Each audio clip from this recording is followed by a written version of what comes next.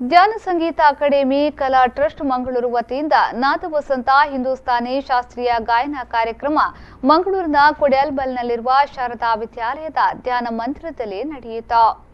ಕಾರ್ಯಕ್ರಮವನ್ನು ಪ್ರಜಾಪಿತ ಬ್ರಹ್ಮಕುಮಾರಿ ಶ್ರೀ ವಿಶ್ವೇಶ್ವರಿಯವರು ಮತ್ತು ವಿಧಾನ ಪರಿಷತ್ನ ಮಾಜಿ ಸದಸ್ಯರಾದ ಕ್ಯಾಪ್ಟನ್ ಗಣೇಶ್ ಕಾರ್ಣಿಕ್ ಅವರು ದೀಪ ಪ್ರಜ್ವಲಿಸಿ ಉದ್ಘಾಟಿಸಿದರು.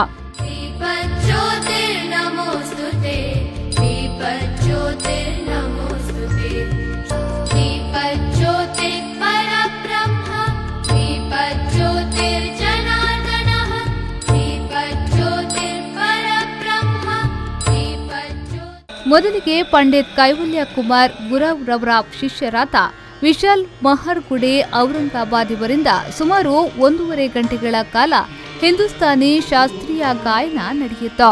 ಇವರಿಗೆ ತಬಲದಲ್ಲಿ ಧಾರವಾಡದ ಶ್ರೀಧರ್ ಮಾಂಡ್ರೆ, ಹಾರ್ಮೋನಿಯಂನಲ್ಲಿ ಅಮಿತ್ ಕುಮಾರ್ ಮಂಗಳೂರು ಮತ್ತು ತಾನ್ಪುರಿಯಲ್ಲಿ ಪ್ರತಾಪ್ ಕುಮಾರ್ ಮತ್ತು ಆತ್ರೇಯ ಅವರು ಸಾಥ್ ನೀಡಿದ್ರು.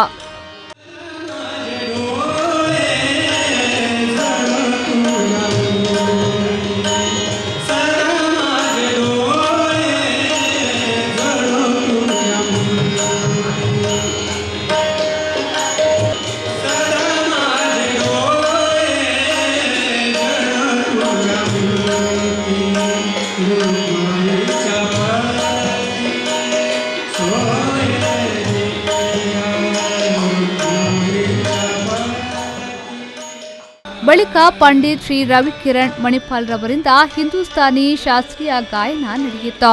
ಇವರೊಂದಿಗೆ ಸಹ ಗಾಯಕರಾಗಿ ಸುಮಂತ್ ಭಟ್, ತಬಲದಲ್ಲಿ ಧಾರವಾಡದ ಶ್ರೀಧರ್ ಮಾಂಡ್ರೆ, ಹಾರ್ಮೋನಿಯಂನಲ್ಲಿ ಶಶಿಕಿರಣ್ ಮಣಿಪಾಲ್, ತಾನ್ಪುರಿಯಲ್ಲಿ ಆತ್ರೇಯ ಮಂಗಳೂರು ಸಾಥ್ ನೀಡಿದ್ರು.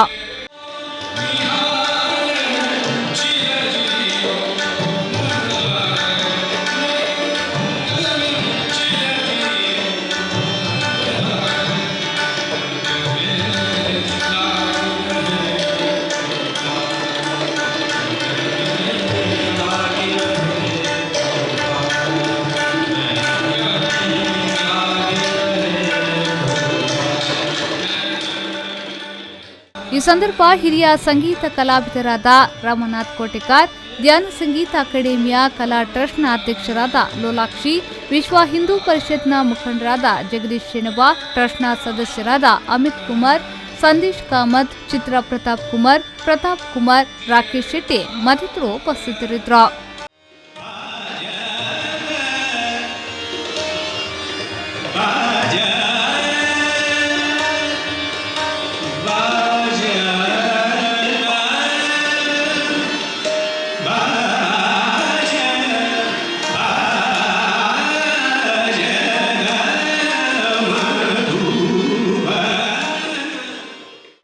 ಪವನ್ ಕಾಚಮಡ್ಕ, ವಿ4 ನ್ಯೂಸ್ 24/7 ಮಂಗಳೂರು.